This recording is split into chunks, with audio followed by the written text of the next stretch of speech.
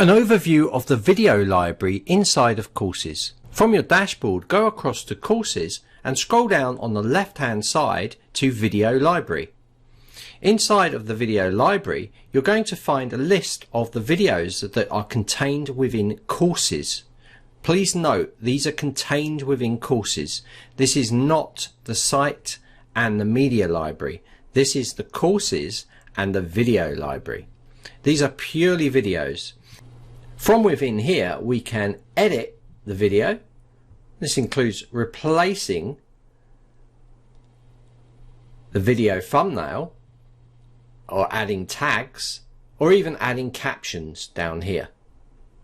If we go back to the video library, you can see that we can preview the video by clicking the preview button here. We can also share this video by using a share link in here.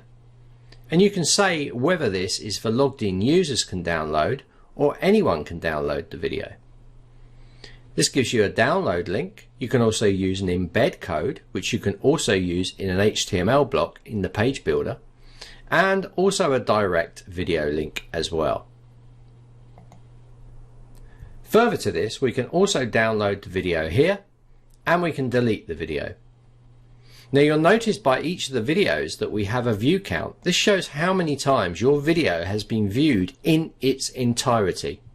It will also give the size of the video, the duration of the video, the encoding status.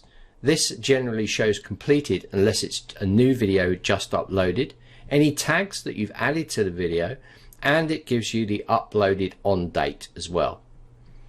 So the video library is purely for videos held within Courses on your Zenler site. This is an overview of the video library within Courses on Zenler.